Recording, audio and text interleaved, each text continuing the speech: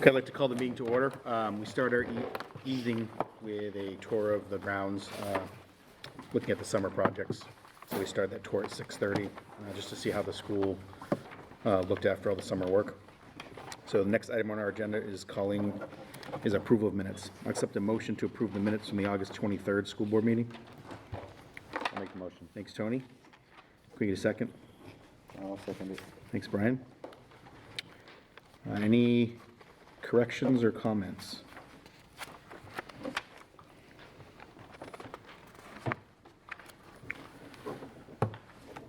Seeing none, all in favor, aye? Aye. Oppose? Abstentions? Abstain. Jasmine and Aaron abstain. And that's it for minutes. Did you have any communication or correspondence, Judith? No, I do not. Okay.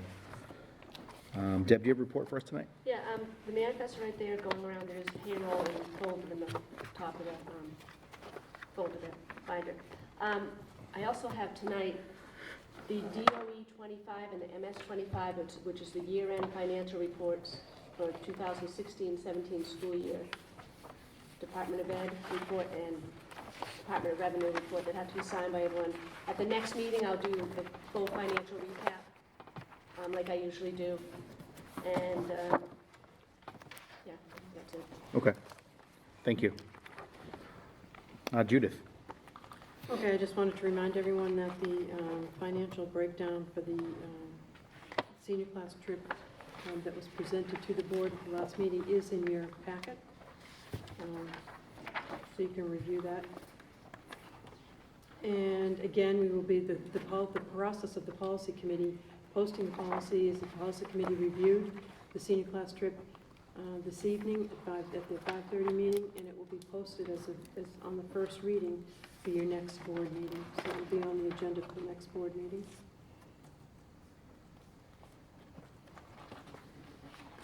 We'll also be getting it. We'll also put another one on. There was another policy that was discussed. And what's happening now at the state level is, remember, all the laws that were reviewed that followed the whole process ended in June 30th. So whatever laws were passed are now becoming reality. So New Hampshire School Boards Association in the fall will send out a list of all the new laws and all the new policies that have to be changed and give their recommendations. So we'll be having quite a few policies go through the policy committee at a time. A lot of the policies the district has, and it's just being updated from when the law, because the law has just changed. So that's what will be coming through at your board meetings and your policy meetings as well. We did get, and again, on your technical advisories, these were some of the technical advisories that came through. What happens when the laws change and they impact the Department of Education. The commissioner comes out with the technical advisories, and they send them to all of the superintendents, and it goes to every district. So these are some of the technical advisories that have been going through. Some of them will not impact this district at all because you've already had a lot of this in place. For example, your civics requirement for high school, you have to have a credit in civics. That's already in place at the high school. And U.S. world history was changed somewhat, so that was, but you also have that in your curriculum as well, so that's not much of a change for this district. The assessments have changed. It's no longer Smarter Balanced. We're not really sure what it's called yet, but there is another state test coming out in the spring. And there are two different laws that are out there now that are contradicting one another. One is the assessment for 3 through 8, and then grade 11. That's the state assessment, is 3 through 8, grade 11. The grade 11 is always going to be grade 11. It's the college boards. That's remaining. Your 3 through 8 portion of the law is contradicting one another in that one version says you won't have Smarter Balance, but you'll have another state assessment that students will be assessed grades 3 through 8.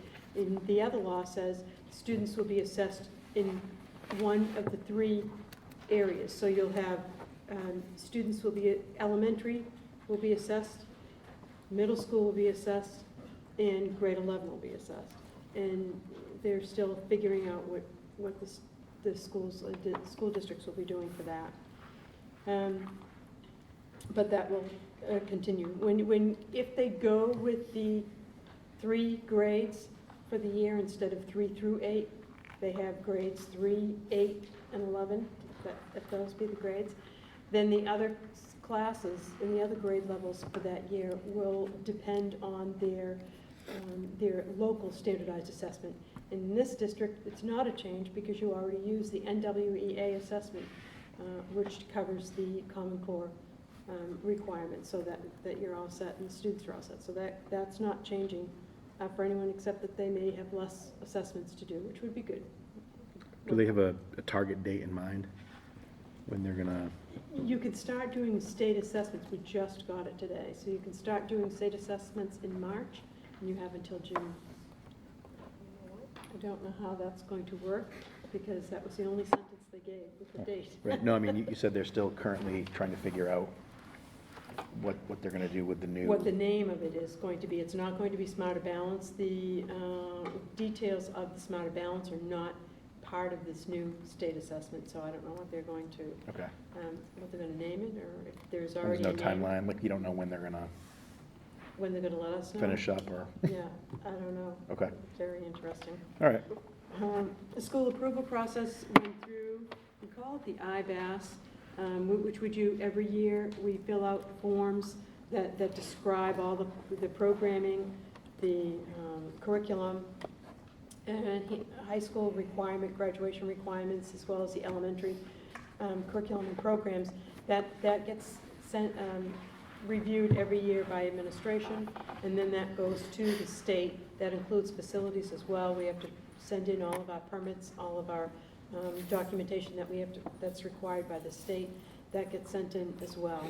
And then we sign off on it, and then the state signs off on it. But every 5 years, the state comes in physically and does it. The committee comes in and goes through the building and asks to see copies of your curriculum, your programs, and whatnot throughout the whole K through 12. They did do that in April of 2016, and we just never received a report on it. And then the district's name came up again to get reviewed again for school approval. So when I sent it in, the notice stating that we're still waiting for our written document, they sent it to us. So it came back very, very good, and they actually used some of the recommendations, some of the procedures and processes that were used in this school for the curriculum. They're passing them on to the other districts in the state, because they were really impressed with that, especially the computer, the student portfolios that are in place for K through 8, and then our follow-through with 9 through 12. They have passed that on to the state, so they can pass it on to the other school districts within the state. Next part is the New Hampshire School Boards Association. Again, they're starting to go through. You have a new group of people in there. You have Barrett Christina, who is now the executive director. Ted Comstock has retired. And also you have a new attorney there. His name's Attorney Will Phillips. And he was just introduced as a new member of the team. In the meantime, New Hampshire School Boards Association is sponsoring several workshops throughout the year. They just gave us a copy of these workshops, they're webinars. We will be running some of them at the SAU, but we'll be watching them as well. So if anyone would like to see them, please let us know, and we can schedule for you to come to the SAU and see them from the SAU. I believe it's $10 for each webinar, so it's very, very inexpensive. Judy, are you doing the one tomorrow? I think there's one for tomorrow, right? Yeah, there's one at noontime. At noontime? Right to know. Okay. If you want to do that one. Yeah, I would like to. So those are the come by. dates that you'll be doing them? The dates that's listed underneath? We're not going to be able to do all of them. What is it? So we are doing that tomorrow? Yeah. Although, how long do they last? An hour, it said, Oh, good, okay, because we have a meeting at 1. approximately. But some of them, no, some we wouldn't be doing, but if somebody else wants to do it, we can make sure Okay. it's there. We just Sure. won't be there. Yeah. You know, we have other commitments. And they're also at 5:30 for those who are unavailable. And I just gave the list of all of those, and that's it. That's all I have. Any questions for Judith? I had one quick one. Did you say, is the next meeting that admin is gonna present? He will be presenting this evening for some of the information that will be available on September 20th, which is the open house, Okay, but he'll do that in his couple of days. okay, great. And that's it for me. Thank you. Scott? Thank you. As Judy was mentioning, I'm just passing something around as folks are kind of starting. Judy mentioned that we are having our open house, which should be on September 20th. Please take it. So within the schedule of that open house, I'll be meeting with parents from K through 5, also with parents 6 through 12, give the opportunity to kind of, for me to kind of have some FaceTime with them, but also they can have a chance to kind of go through and see classrooms, talk with teachers, kind of see, getting that feel of how their child's school year is going to be going. What's coming around that I wanted to focus on a little bit this evening, that I'm going to talk about, specifically with parents for 6 through 12. I know there's been a lot of conversation around, competency-based education, specifically in the middle high school. We have spent some good time in the middle high school having conversations around the grading piece of it. Very similar to how I opened with the teachers at the beginning of the year, as I gave them what's in front of you is a mock-up of what the grade reports and report cards would look like over the course of this year. Okay, so give me kind of an opportunity to kind of explain some of the pieces to it. One is... Are these for the public too, or just for us? Sure, I don't care. Go for it. I'm going to share this on the 20th, so have at it. It's in the handbook already, so. Yep, it's already there and it's kind of another piece to it. One of the things that I will kind of want to share with it is that the analogy that we've been talking about and using with the middle high school teachers is that, and through this process of going to competency-based education, that the analogy I'm using is we're driving on this road and we're kind of heading down this path, and sometimes you miss a turn. And I feel like, right now we missed a turn, so we're kind of taking a detour to come back, not to go back forever, but to hit our turn that we missed and then move forward again. So what you'll see, how we've kind of constructed this in the top left area is the grade scale. We have 4 sections, A, B, C, and F. We just basically dropped the D. So A is 100 to 90, B is 89 to 80, 79 to 70 for a C, and then below a 70 would be a failing grade. That matches up with some of the work that folks have done previously on a 1 through 4 scale. So if teachers, especially in the middle high school, had already had a lot of 1 through 4 rubrics, we've had some teachers do a lot of work on that. This still kind of allows them to do this. The other piece of having 70 as the cutoff point is in some previous work that was done. We did not want, that's what kind of was equated to the passing grade on the 1 through 4 scale. And in no way did I want to have a lowering, quote unquote, of standards or have a perception thereof. Question on that so far? Yeah, so when I saw this in the handbook, obviously, and I saw the passing grade as a 70, I know you're saying it's correlating to what we had last year. Sure. I don't feel like what we had last year was very well communicated to anybody, and it kind of changed, fluctuated mid-course. From my perspective of where, if we're going back to numerical grades, we had at least prior to last year, a 10-year plus history where it was 60. Right. And I think, to have that, if we're going back to giving numerical grades again on a 0 to 100 scale, what the rationale and if there's data supporting why we've now made the passing threshold 70 instead of 60. Yeah, I think there's a couple of things to answer your question. One, with the numerical grade piece, like again, using that analogy, like missing the exit and coming back, this is, in my opinion, and I communicated this with both our teachers and our students, that this is not I don't find this as what you're seeing as our final destination, but rather that we have other work that we need to do to go back to that 4-3-2-1 scale. The other piece that we really wanted to have those kind of 4 sections so that we have a lot of teachers who've done a lot of work on a 4-point scale, a lot of, I'm thinking of specific case, you have, rubrics that are set up, what is distinguished, proficient, et cetera. And so we wanted to kind of keep that somewhat consistent so we can have the opportunity to not have to revamp all the work that they've done prior, because there's been a lot of teachers who've done a considerable amount of work within that. And I didn't want, I know that that came up in discussion as far as like how that moved, where that cut point was, and I think that we try to pick a point where we could kind of all agree and then kind of move forward from there. It wasn't exactly an exact for every little piece of it, but we try to do what we thought was probably in the best interest of our kids. Yeah, I'll be interested to see how it plays out as Yeah. we progress, because like I said, whenever it was on the numerical scale, I mean, it used to be 70 many years ago. Yep. And then at some point it was changed to 60. Right. And then, last year it was changed to, was it Yeah. 2.5, was it 2.0? Did that correlate to a 70 to 75 and 80? Yeah. Nobody really knew. And I think in my experience, wherever you put that cut point, that's where kids will make sure that they need to do to get over that bar. Whether it's 60, whether it's something, I've been in a school where it's at 60 and kids were there, the percentage at that, that lower chunk was the same as when it's at 70 at a different school is at. We're the very similar demographic. So I think that's kind of moving from that a little bit, the other piece to it as far as the communication, that's why I want to share it with the board tonight also, because this is how I want to be communicating with parents on the 20th and then taking questions from them. If you look at and kind of think about what the grade book itself would look like, if you look below that in bold, so we'll just take we'll say this is me. Although these grades are pretty good, so maybe it's not me. If you look at the different classes that they're taking, in bold is the name of the class. If you look at, say AP, language and composition, their grade for the course is at an A. But what you have underneath the 5 things underneath are their 5 competencies for that class. And so there's a couple things with the help of Sean Quinn. He was very helpful for me we set up grade books for all of our staff.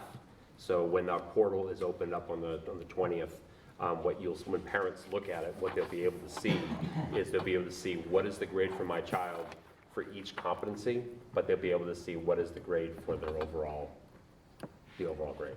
And these are just mock-up numbers, so if you're going to try to calculate them out, you can if you want to. Well, that was my question, so I'm just looking at integrated math.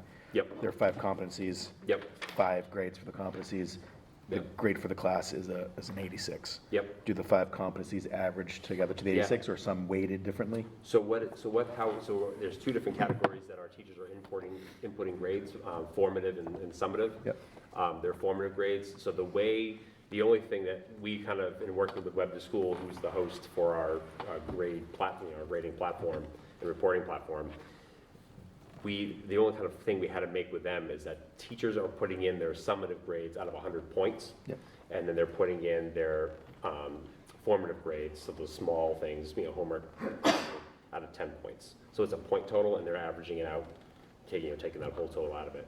So when they input a grade, so let's say, I have a group of kids, and I have, Vance, you submit some work to me, and I'm saying it's underneath, the language competency. I may put that whole grade out of 10 just in language competency, and it'll calculate itself out to the overall, but it's going to be, okay, I can see I'm doing really well in that compared to maybe I need some more work with speaking and listening, for example. Okay. Does that answer your question? It does, yep. Okay. And what this boils down to is at the end of the year, for summer school, based on the requirements and the rubrics of summer school, the student wouldn't repeat a whole entire course if they only had one Just an individual competency. Just the individual competency. They would go to that individual. Right, and we did some work I thought our summer school program in the middle high school was successful in the sense that we, through our work with our the Plato programs that we, on the online learning, teachers were able to, select, this kid doesn't need to do the whole course, they just struggled with, informational text.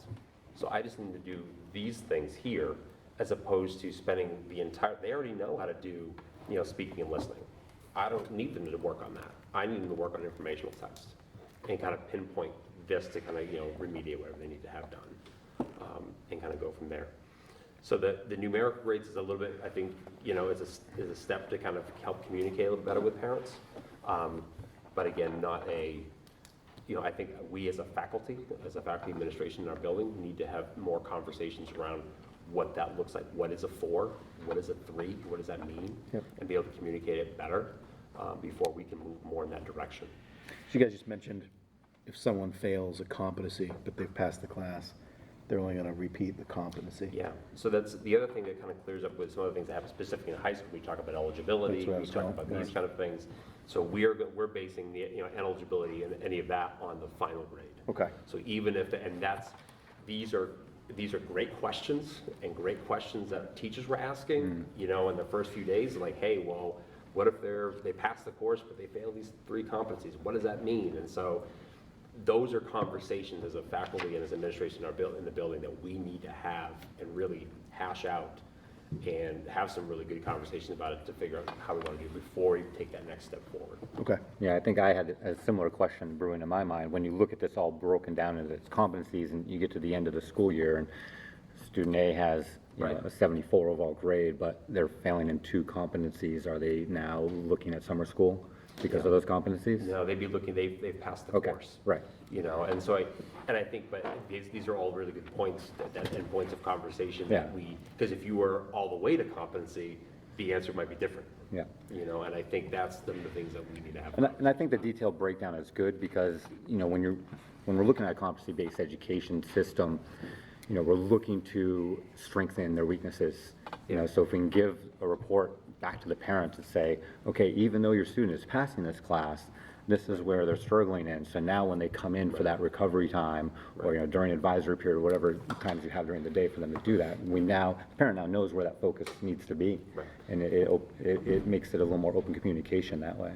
And by no means do I think this is perfect, and I think Right. it needs work. But on the same line, I felt it was really important to have something set at the beginning of the year that I could give to kids, that I could give to teachers, that I could share with you and share with parents and say, this is how this is going to look for the course of the year, so there's no surprises.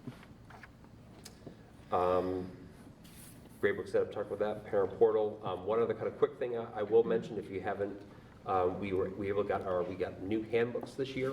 I know some kids have brought them home. I don't have an extra one with me, but the new handbooks that came out are like a smaller 5x8. They have the handbook in front. They have it's a hardcover. It's a planner, so kids can keep track of what they're doing. I kind of got some like, are you sure this is going to be okay? And then when they came in, they went really quickly. So it was a really positive thing. So if you get a chance to see one of those, I highly recommend it. Yeah, I think they're fantastic. They came home the other day and, one of my things has always been, having 3 children, the duplicity or tripling of all the paperwork that comes home. You get 3 of these, handbooks, but now they're actually a useful tool because my kids are using them as Kids their are carrying planners. them around, Yeah. using them as passes in the hallway, the whole thing. So it's been a positive Yeah. thing, I think. And that's it. Unless you guys have any more questions, that's it for me. No, my comment was gonna be, it's the 3rd year in a row of a different grading system that parents will see, but I think if you explain it that way, it's okay to take a step backwards to help you go 2 steps forward. Yeah. And that's really what this is. Right. And yet my plan is, the plan isn't to keep changing it every single Right, year, I know that, yeah.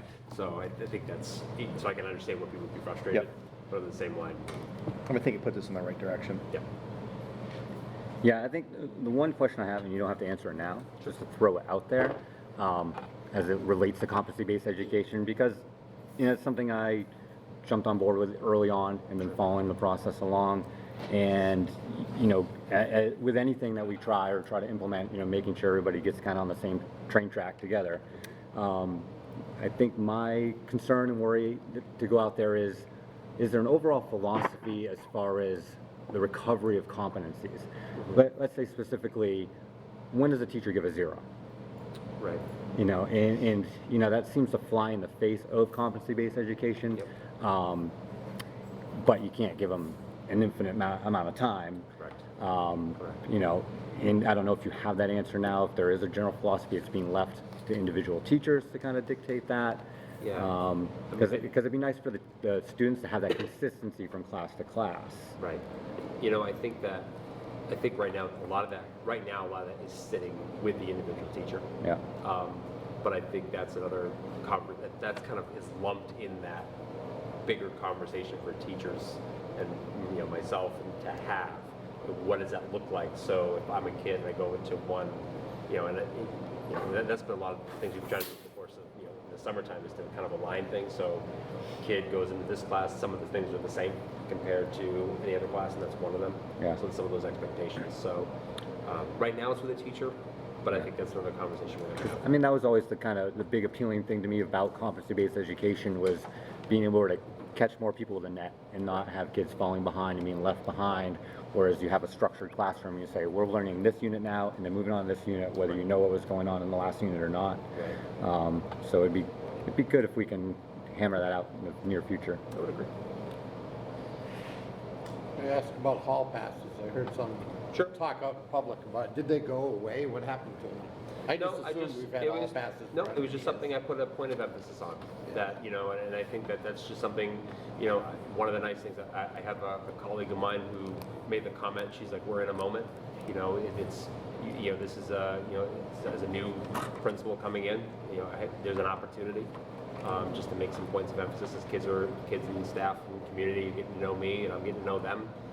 So I just made that as a point of emphasis that, you know, that's something I was looking at. I mean, and I think overall, you know, I think we've had a very positive, you know, start to the year. You know, I think, you know, our building, and I've said this before, is a very alive building. Kids, you know, very much so by and large, do what they need to get done. And they're very, you know, kids are flexible, you know, and it's pretty easy for them to kind of, you know, adapt to what it is that you're asking, especially when you set out clear expectations. So, and our kids are no different. So, just a point of emphasis. Can I just ask a Sure. question for John? I didn't understand what your question was. Did you say that the pass has gone away? Well, yeah, I heard a little mumber in the, you know, kids, you know, how'd you like the year? How's it going? My secretary's kids, whatever. And one of the things was, well, we have to have a hall pass now. It's like, well, where did they go? I mean, we had a hall pass when I was here, Yep. Right, and so- it kind of got laxed maybe. Yeah, no, and Yeah. the book itself is the pass. Yeah, now, So yeah, far. yeah. But it always, Which is sometimes it could be anything. What used to be anything you wanted to be a brick. Sure, sure. Piece I of mean, wood, whatever. yeah, and and some teachers have different passes, but it, again, Yeah. just a point of emphasis that I wanted to bring up. So, Okay, so, fine. good thing. Any other questions for Scott? Thanks, Scott. Thank Oh, you. I have a question for Judith, maybe. Do we have a report from Mr. Nelson, or what has he been doing, or what's been going on, or? I know he's working as a flexible schedule, Right. but I haven't heard anything about what is he doing, what's happening, what's going on, what are we getting for our money? I guess is Okay, my right question. now, he is working on, within the district, he is working on collecting the data from the state from May. We did our testing, and right now, we have preliminary data from those tests. So he's collecting the preliminary data from 3 through 8 and then grade 11. And so that when we sit down and review that data, he will have it all organized, and all the data he'll be able to explain all the data to administration and, you know, board as well, if that's the case, so that we have a clear picture of where we are at, in what direction we need to go in as far as instruction, you know, curriculum and program. Your preliminary data means that it's not as accurate as the state would want it to be. It doesn't fit into the level of accuracy. So the state is still collecting data. They're collecting data, for example, for students who started in one district and then moved to another district in the middle of the year. They have to make sure that student's scores go back to the right district, who is responsible. Those students who go to another school, but they come back to the district on a daily basis, that make sure everyone has the right data for the students. So they came out with all of the data that the students that are in the school in learning within the community classroom, that data has already been given out to everyone. The data that we're all trying to, the state is divvying up and placing in the correct place would be the ones where the students travel, the transit students that have traveled or moved in the middle of the year. We have to make sure that it either goes back to the state that they came from or the community they came from, depending on how many months they were in the school district previous year. So yes, he is collecting that, and he has been working on that. He also has already attended some state meetings for the committee at the state level for principals in working on a mentoring program for new principals, and also is involved with the NHIAA policies and procedures that will impact the district. That's a good idea. We should write, I Yeah, actually just didn't- report on that. It's good. Don't Good know what he's question. doing. Okay. And Thanks, he Scott. does meet with Scott once, every couple of weeks or so. Yeah. Turns out. Thanks, Scott. Thank you. Committee reports. We have you don't have a report, but we have a biomass report we can go over continuing business. Tony, you want to give us a quick just update what we did tonight in policy? Sure, I think Judy pretty much covered it. We talked about the senior class trip, looking to wrap up a final version of that, you know, we've got some rewording to do and some shifting to make more sense to the average reader. Nice cleaner version, and I think we'll bring that to first reading, right, for next meeting. And then we can discuss as a board, you know, the impact of that and what direction we want to go with it. Yes, we'll have some discussion next time. Yeah. Yeah, be on the agenda. Were there any other committees that have met so far this year? Not within the district. Okay. I just want to thank Mark for giving us a tour of the building and the work that all the staff has done. Great job. Thank you, Mark. Moving on to board action, do you have any nominations, resignations, recommendations? Wow. All right. New business, we have the school audit. Did everyone get a copy of this? Yeah. Okay. Do you want a copy of last year's? So you can see? Oh, yeah.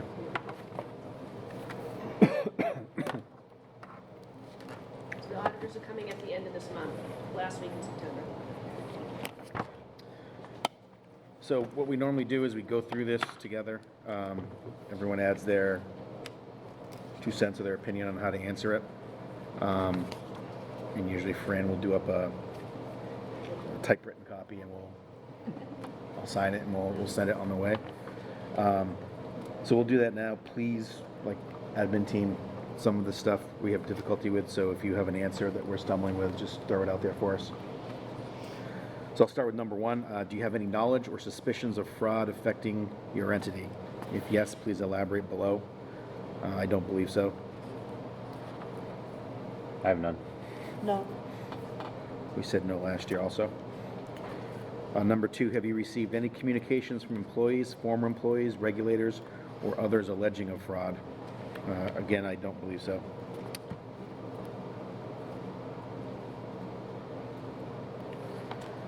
Have you identified any specific risk of fraud within your entity?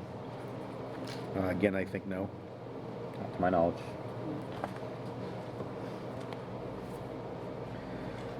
Three, has the board adopted a universal code of ethics for members and employees to follow? If yes, please furnish a copy. We do have a ethical contract for board members to sign, which everyone signed. We can put a copy of that in there. If yes, what's that? I said that code of ethics goes with this report when we Right. send it in. Okay. If yes, does this document prohibit elected officials and employees from doing business with the entity? It does, doesn't it? I can't find it though. What? The answer, like that, I was trying to do this and that's where I stopped because I Oh. couldn't find solutions and if someone could point it out to me. But I don't want to send it in.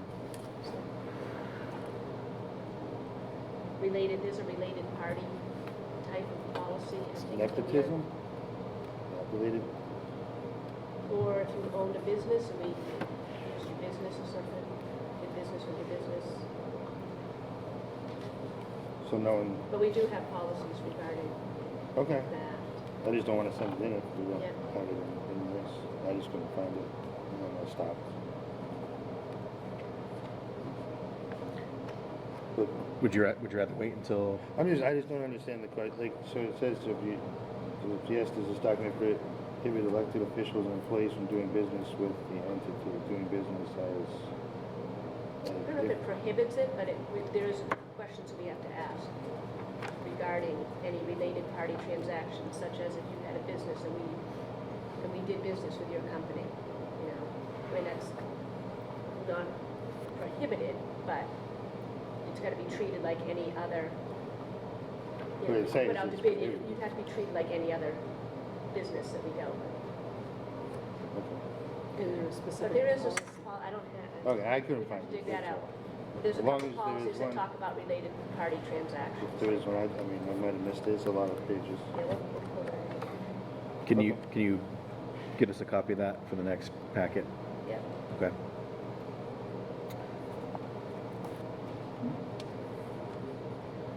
Have you or any related party of yours had any interest, direct or indirect, in the following transactions or pending or incomplete transactions since July 1 of 2016 to which the school district or SAU or any retirement savings, pension, or other similar plan was or is to be a party?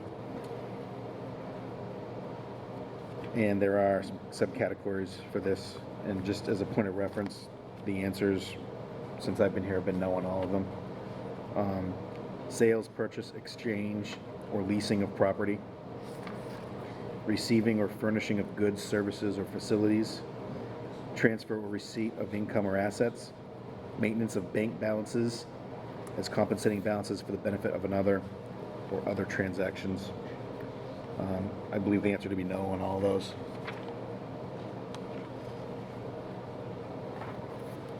Any disagreements or questions?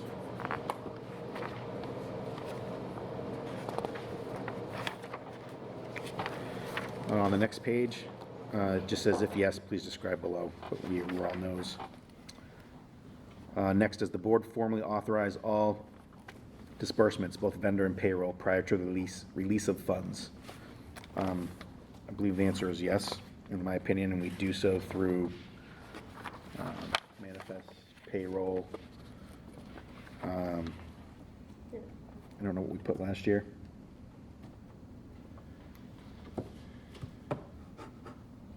Oh, we just put yes, yep. Next, please describe how the board stays informed of the latest changes in the laws and regulations pertaining to the entity. Usually Judith presents us with, like, for example, tonight in policy, she gave us a policy that she's going to put forward next meeting because the laws have changed. She often does that. Sometimes our New Hampshire School Board Association rep gets updates on legal changes through New Hampshire School Board Association updates and meetings. I can't think of any other ways. That's good. Fran, I'm just going to reference our answer to this question in last year's copy. Number 7, does the board review comparative reports of estimated and actual revenues and appropriations and expenditures? If yes, how often are reports reviewed? If we do it the right way, manifest, payroll stuff should be signed weekly. And we have an annual audit, and we're provided with the results of the audit. Last year, we put weekly via signed manifest. Any other comments or avenues anyone has? Nope.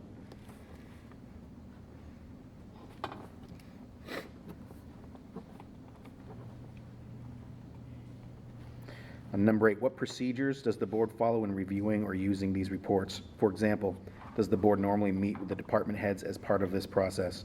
Also, does the board review both the revenue and expenditure reports? We don't meet with department heads.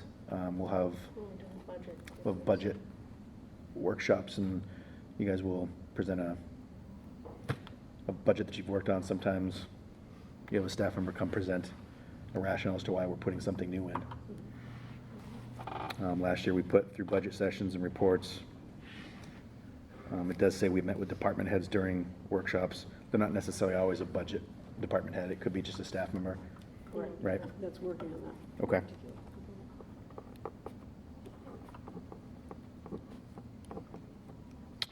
Number 9, has the board approved a disaster recovery plan in the event of loss or interruption of the IT function? If yes, please provide a copy. We do have a copy. That's fairly Yeah. new, right? Yeah, it is fairly new. Yep. I think it was 2 years ago. Okay. 3 years ago. Number 10, is there a written investment policy adopted? If yes, please provide a copy. When was this policy last reviewed or approved? I think you just did it. Yeah, we put yes last year.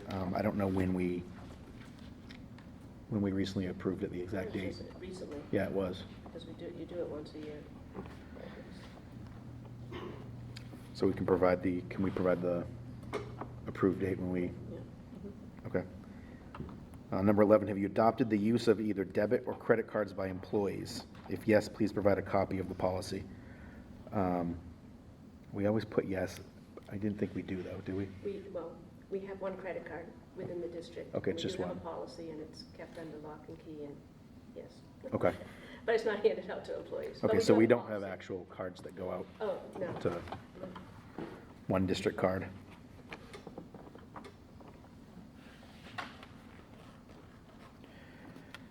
Does the board have knowledge of any funds or bank accounts that are not in the custody of the treasurer? If yes, provide the name and custodian of the account. I don't know we have some trust accounts. We have, trust funds that are held under the trustees of the trust funds. Did we write that in there last year? And then student activity funds, which are held in. We did put student activity funds, and we didn't put trust fund name, we just put trust funds and Yeah. trustees of the funds. How many trust funds are there that, 6?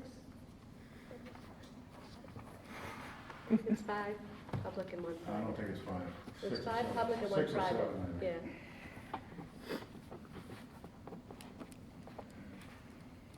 maybe we should just make that a little more detailed, get the name of Yeah. the Yeah, actual. they get a full report of it anyway. Okay, it goes along, okay. Yeah.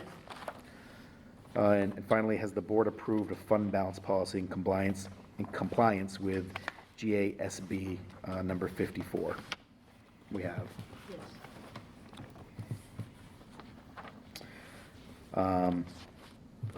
When's the due date on this?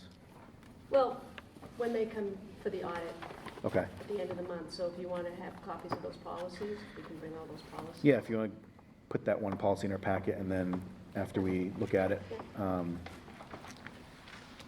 we can get this one with our typed responses, and then put that policy in our packet, and then assuming everyone's good with the final copy, I'll sign it next meeting.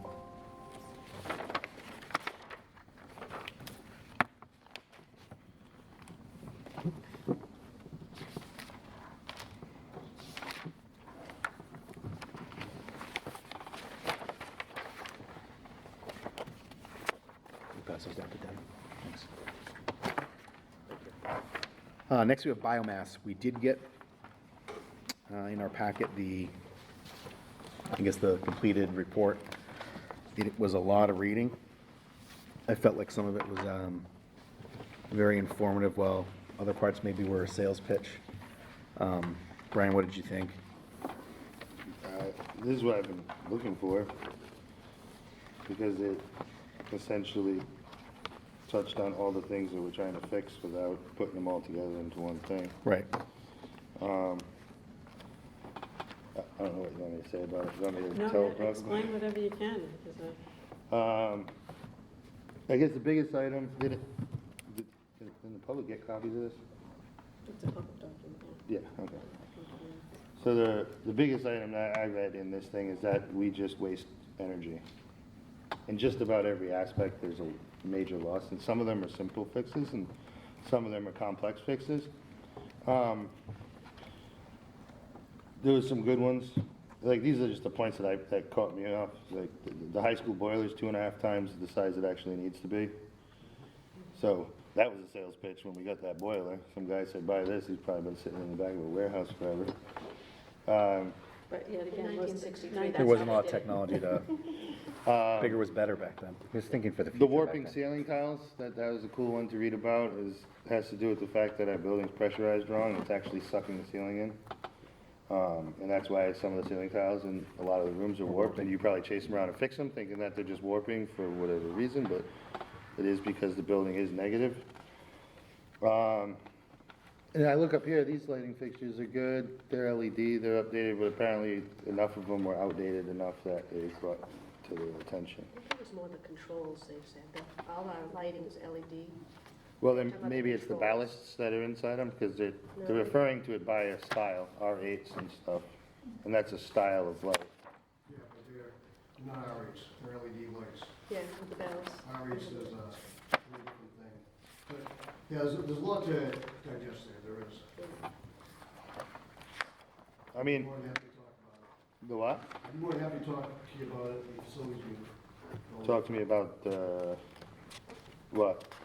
what he found? Mhm. Is there disagreements with what he found? No? No, it's just, when I look at the overall payback, I'm not looking at, saving 10 cents here, if it's gonna take us 20 years to save that 10 cents. And you look at the paybacks and all the things they came up with, some have quick paybacks and like that, now things are kind of iffy. I mean, from my feeling, I guess, a quick payback or a long-term payback is still a payback when we're gonna put a furnace in that's gonna be here for another 50 years, because that's the last time we Life replace it. expectancy is 20 years, and it takes 20 years to pay for it. Where's the savings? That's all. Where's the savings? And that's all. You know, I mean, I don't know. This is why I wanted to put this committee together. I think we should come up with some things. Because the reality is, I'm not gonna win this battle as soon as it's presented that we have a $2.1 million project. We can't put a piece of pipe in the ground without an argument. The fact is, there's some cool things that can happen here. One, we could almost go with like a zero carbon footprint, and that'd be pretty cool for where we live. We're in like an area in the mountains, and it's pretty awesome that we can almost run our entire buildings on solar power, and that's something that can get paid off pretty quickly. It's a pretty cool badge to wear if we can say that we can do a lot of this stuff, and we can support where we live and kind of separate ourselves. And I'm pretty passionate about this stuff, and it was gonna take a lot to talk me into going back to an oil burner. You're gonna have to do a lot of convincing, you know, but that's why I want other people to chime in on it and get involved, because, yeah, it's a huge project. And I'm not denying that it is. Would it be a cool project to do? Would it be a really good thing for our school? I think so. Like, I think copping out and going to a certain direction because it's affordable right now, whereas you still, even if we don't look at it as a long-term thing, I mean, the simple fact is that it's cheaper to heat with these other options. Yep. I mean, that you can't deny, no matter how we look at it. And better for the environment and I mean, we're the lumberjacks, so we're in the mountains. We're basically in a national forest, essentially. There is this big push for everything, and how cool would it be if we could, like, almost unplug ourselves? make You that know. statement to the students and You know, I mean, it's a pretty big deal, and to me it is, you know. So, I mean, my take is this is, like you said, it's a huge undertaking. That's why we, put it out to a committee. I guess as a board, we need to have a charge for the committee. What's your recommendation, Judith? What's our next step? I think the next step for the charge would be to, first you need to have, everyone on the committee needs to be on the same page. I mean, as far as at the same level of understanding. So everyone has to get the knowledge of what's going on here. So the one thing that we don't have is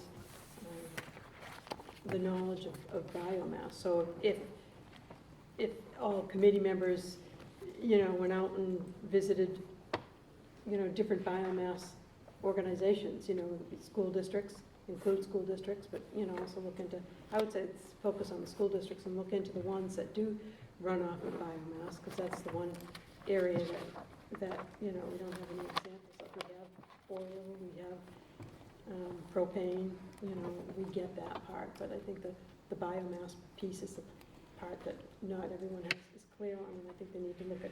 So the charge of the board Site could say, visits. could the committee members look at, biomass school districts, the school districts that use biomass, so that we can, have something, a baseline of understanding to go by. That's it. Go ahead, Mark.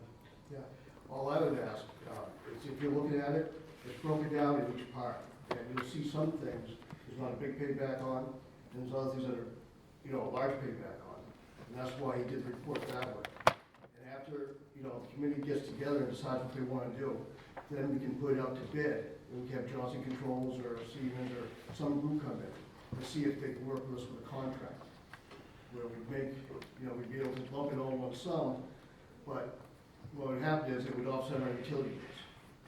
And that's how we pay it back, so it really won't be a big impact on the community. No, it's paid back. We pay less a year than we pay now. So even if it's like leasing a car and we return it after 20 years and start all over again, we're paying less each year. Like the payout is less. Like that we're If you're losing. willing to bond the 2 million, that'd be the way to go. I mean, it's clear, like, you can just say in the first year, so electrical savings, if we went the electrical path, is $36,000, and the oil savings 70, and then you have an offset because you do have to spend money on some propane and some chips, but that's only 26,000. So the reality is, rounding numbers, you saved $75,000 and you expended 25. Yeah, but how much do you have to pay to have this? Because you have to pay for that $2 million plan. The debt for that year is $89,000. So the debt is $19,000 over that and that, so you still save roughly 20 grand on that line item. I mean, it's gonna take a lot of looking at, but here's the other option. If we build this way and we do it and we listen to this guy and these people that do this for a living, we're not gonna be patching soffits, we're not gonna be just fixing ceiling tiles, patching windows, putting caulking in holes. We're gonna solve a major problem. It's kinda like putting a whole new outfit on this thing. He didn't just look at what's it gonna cost us for putting windows in or doing the heat, or let's look at that furnace and replace the furnace.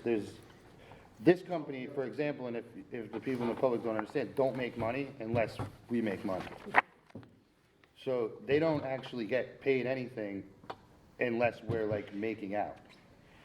So that's how they do it. They use rooms full of guys that come up with this and do the research, not us sitting in a room talking about what we think is a good deal and it's not. These guys do the research because the only way that business exists, Johnson Controls, is by making money for us. Correct. And so that's a pretty confidence booster for me, is that there's a company out there that's enormous, and they do this to facilities all over. They're not gonna get, if truthfully, if they thought that it was no hope, they'd tell you it's no hope, because it's not gonna be worth their time.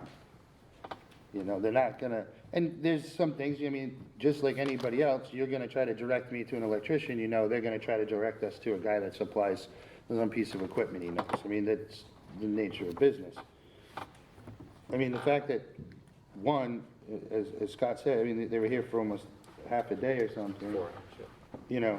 And they did more work than I think we've gotten in some of these other reports. And you read this whole thing, and we can pick at it and say some of these things are futile, some of the things he pointed out, but the reality is he noticed those things. So, he wasn't just One thing I want you overlooking. to understand that this right here is not a in-depth study. I know.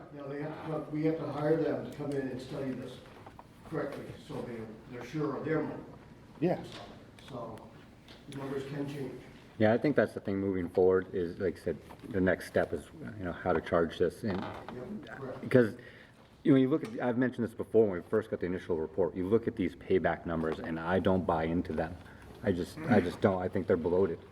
You're telling me, you're guaranteeing me that oil is going up, 27% the next 4 years. I think the data that they used was a very small window to make their numbers look beefier than they were. And I think, in the next step, if we get somebody to provide us, some numbers to believe in a little more, I think it's easy to fall in love with the payback numbers and go, oh, look, we're going to be saving this much in oil saving. 10 years from now, we're going to be saving $100,000 in oil savings. I mean, how much do we spend on oil now? Well, I think mean- it comes down to though, how much are we saving on oil? If we save $1 burning wood, isn't that better than saving 0 on oil? No. No? Over 20 years, we saved $20 for a $2 million project. What I'm saying is, you Well, say we you got the made $20, project you for put $20 $20 in your bank account that you didn't have. It's the same, like, what do you, I mean, do we need to have $200,000 in savings, $500,000 in savings to justify it? Isn't Yeah, savings if you're savings? replacing, as Mark said, if you're. If I said I was gonna give you money every year, you'd say, no, don't worry about it, because you're not gonna give me enough money at the end of 20 years? Doesn't work that way, Brian, it's not that simple. It is that, simple. I mean, the fact that You're then. giving me money for something that I had to pay Then $2 million what I need from for. you is to find me somebody, and I'll reach out to them, who I can talk to that wants to put an oil burner in, that's gonna give us the same kind of savings, that's gonna give us the same kind of information. And I will, by all means, reach out to this person and get a report written that shows me that they're gonna be the best viable option. I want the best viable option. Sure. Hey, I'm open. You know, I'm just saying, I'm based in reality a little bit. Well, The that's numbers why- aren't, the numbers aren't. We Right, also that's have why a you're guarantee, going to right, get- Brian? They guarantee us savings. If we don't get the savings they tell us, they pay us the money back. Yeah, we're kind of jumping the gun now. Right, right. Has because the, has the committee No, no, received I know, this this report? is, I know, I just wanted. this was their free analysis of the Right. building. Has the committee, the biomass committee, that, No, have they received this? They haven't. have No, they? no one has. We haven't met. So, I mean, I think the first step is just directing you to contact them, get them a report, meet to go over the report, and then from there, decide, do they want to do site visits? Do they want to look at biomass facilities? If you can get any day, I can do any day, I can meet with them if you. You need to get the committee up and going first, right? That's what I Well, just- yeah, no, I'll sit that's what I just down and said. we'll look at this thing. Is the committee established? Do people come and sign up? It is, we posted it, Stuart Anderson, Nice, who is an architect, yeah. he put in a letter of interest. Alan Rich, who works at Plymouth State College, you know, does some work with their biomass furnace. Mike Donahue put in a letter. And then I believe Aaron and Brian said that they were, obviously Brian's very passionate, he's in. And John, when we went over that, I think you were out that meeting. Yeah. And we didn't know if you were, I'd be in on it. I think. Okay. I'd like to sit on it if it's possible. so, I mean, You I may would. pick up some of it. It's just a think tank, that's all. Yeah, if I were gonna entertain a motion, I would say, a motion to direct the superintendent to charge the biomass committee with meeting to review the executive energy consumption summary report, and then to determine which biomass schools, if any, the committee should visit. Does that sound okay? And to gain other information based on what they think for this And they size could of do a that, project. yeah, and they I could do mean, that through the review. I'll take it, you know, I mean, taking information from somebody that says, maybe this, someone comes that works on these systems and says, yeah, it is junk, you don't make your money back. If they have the knowledge of it, that's fine. If I'm just getting told it because people have an opinion, that's fine too. But I also think that the opinion of this committee passed through myself or John onto the board should be taken like wholeheartedly, not, otherwise we're wasting our time with this committee. If having this, if we're gonna get information, like build this think tank and kind of come up with this idea and present this information on knowledgeable people, So what motion would before you we waste suggest? their time, I wanna understand that, like, the information that's brought forward is gonna be brought forward and not accepted, like we sign off on things, because they're not, it's not in their right. But at least listened to without being brushed aside as though it was a waste of time to create this committee. So what would you suggest we're as just the wasting next, people's as the time. next step? But I think first we need to just sit down and like, kind of like look at everything and get everybody's, on the committee's opinion, This committee with the report, and that's it to start? you know? What, And the committee's going to come up with a recommendation to the board. but I'm saying I don't want to waste these people's time. If we're going to give a recommendation that if people are already set and not accepting it, then let's stop. Why are you assuming that? Why am I assuming that? Yes. Well, I think, I mean, are you making an accusation that some of us are dead set against it? Not dead set against it. I think with an undertaking like this, I'm just- whether it's board members or, when we start going further, we're gonna have members of the community who are either for or against it also, but we have to start somewhere. When we get when we change from being ankle high in this project to waist high, then we start having public forums, because no matter what happens here, nothing's gonna go through unless we have community support. Oh, yeah. So I think we've got to start with the report or this summary, let the committee read it, get together, ask questions, and develop the initial charge. I don't know how we do anything else. Is that fair? And then kind of check in I on. mean, maybe we don't have to ask them to come up with sites they'd like to visit. Maybe we just give them ask them to give us an Like, I initial, wanna get their Suggestion. knowledge first, Yeah. you know, and then we can come up with like, these are the things, so, and it'll always be brought every 2 weeks, plus or minus, to hear, like, this is where we are, this is what we talked about. I mean, there's not gonna be blindsided, and at that point, you can step in and say, hey, I think at this point, we need you guys to come up with, kind of focus on X, Y, and Z, and go forward with this or that. we just got to take that first step. We're gonna have you guys meet. Okay, So let's do that. that sounds good. All right, I'll accept a motion to direct the superintendent to charge the biomass committee with meeting to review the executive energy consumption summary report and to discuss recommendations for the board. I'll make the motion. Thanks, Jasmine. Can we get a second? I'll second. Thanks, John. All in favor, aye? Aye. Oppose? Abstentions? Judith, you have anything else for continuing? No, Okay. so thank you. Staff? How are you? Good. I make apologies, I made apologies to my staff, I forgot to reach out and ask if anybody had anything to report, but I think we're all just trying to get one foot in front Start of in the the other year. first couple of weeks of school, so. Yep. I have nothing to report except that we're getting in deep. And that's a lot, too. Getting a lot under, Yeah. and I will say though that the staff, most of the staff took training, extensive training, 4-day trainings in the responsive classroom. And, the classrooms that I am in and out of, I see it in action, I see it working. And the hope is that that culture and that climate of respect and, we'll begin to solve some of our, kind of repeating discipline problems and things like that. So, I think that was a huge initiative that the elementary school took, and, I think people are implementing it with a lot of enthusiasm and a lot of, positive energy, so see if it's a good thing. Great. Thank you. I have a question. Sure. Paula, how's the Playworks thing? That's the. Oh, and that's the other thing. That was, again, thank you, that was another sort of new idea.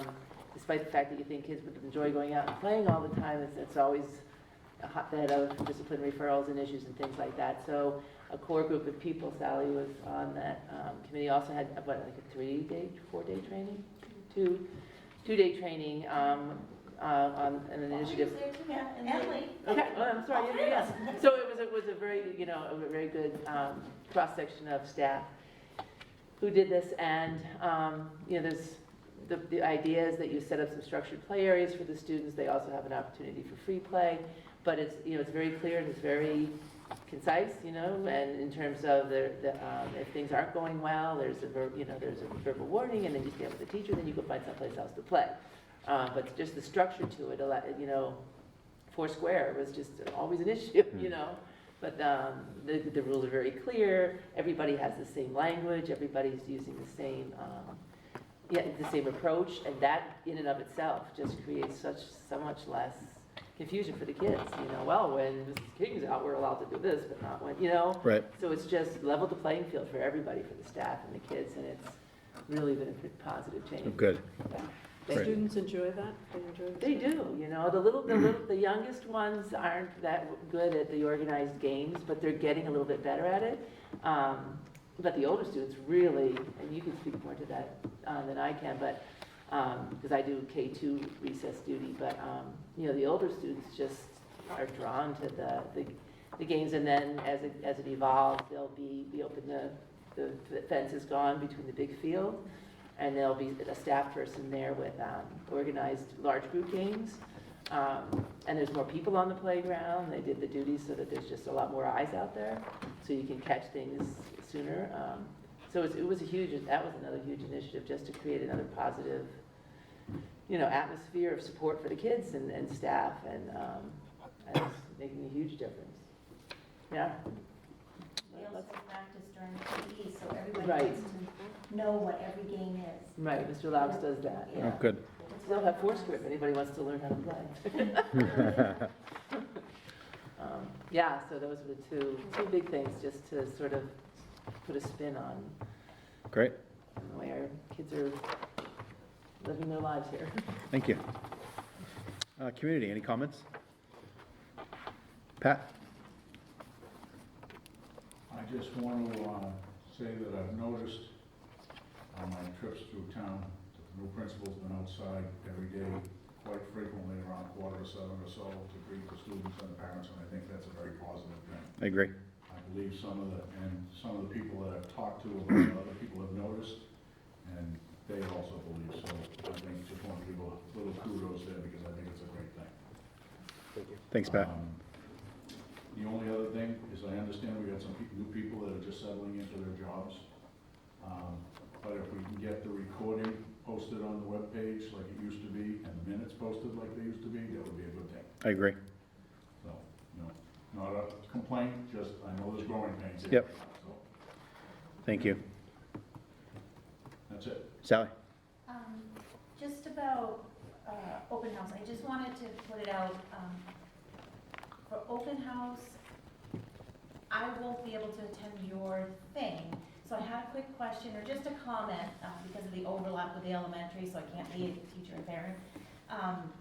So as a parent of a senior, I do want to express my frustration that my son had 4 years of high school with 3 different grading systems, and I just want to know how the school is handling it and what it will look like, because we haven't been given anything, what that will look like on a college transcript when he starts applying in a month or so, with 3 different grading systems and, the equivalency of this grade to that grade and this one, and what did it look like here?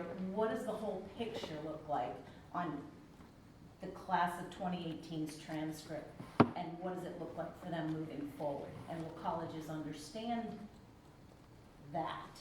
And so those are my questions. And that's what I would ask that night. I don't have the answer to that question. I No, don't. I know you don't, so I just, I mean, if it's a general parent question, I mean, if Scott feels comfortable answering, he can, but if you wanted to talk to him, it doesn't matter. later. Doesn't matter. I mean, that's just my big I'd be question. more than happy to talk to you at a later time. Thank Because I think it'd be a bigger conversation we can have here. Okay. And related to that, so on the open house, there's going to be a presentation, right? I think that Mr. Quinn's putting it, and I think that not last meeting, maybe even before when we talked about that, Matt Manning brought up, the fact that we can't all be in 2 places or 3 places, and if that presentation was going to be available in another, Yeah, application for people to view. Yeah, do you know in the open house that there's a chance to meet with K through 5 parents and 6 through 12 Right. parents? So I'm doing my best to put myself in 2 places at once. Yeah, but as far as the presentation that he's giving, is it something that's going to be, is it a PowerPoint, is it going to be recorded, is it something that we can see, upload, or, upload to our YouTube channel for people to see? Haven't thought about that, but we can work on it. Okay, Yeah, I guess that was my point, was that you can't be in 2 places at once to give a presentation and do my job up here. So, and you're a parent of 3, you can't be Yeah. in 3 places. I've tried it, it doesn't work. Thanks, Sally. Anyone else? All right, seeing none, I'll take a motion to adjourn. make a motion. Thanks, Tony. Second? Second. Thanks, Jasmine. All in favor, aye? Aye. Opposed? Abstentions? Thanks, guys. Oh, yeah, thank you. So this trip when they had 4, they could have taken everybody for that. We gotta make sure they sign it. 37 They would have taken. I will, sure, it's starting to wind down a little bit. You have that line there, oh, in blue. That's the DOE 25. This is your signature that will go on the diplomas, so you have to use the special pen. I guess not, she didn't have it, so they find your. Yeah, it's right there, and I'm reading it. Yeah, yes. I'm just having a brain fart. For the, yeah. Billy just said she needed them for the diplomas.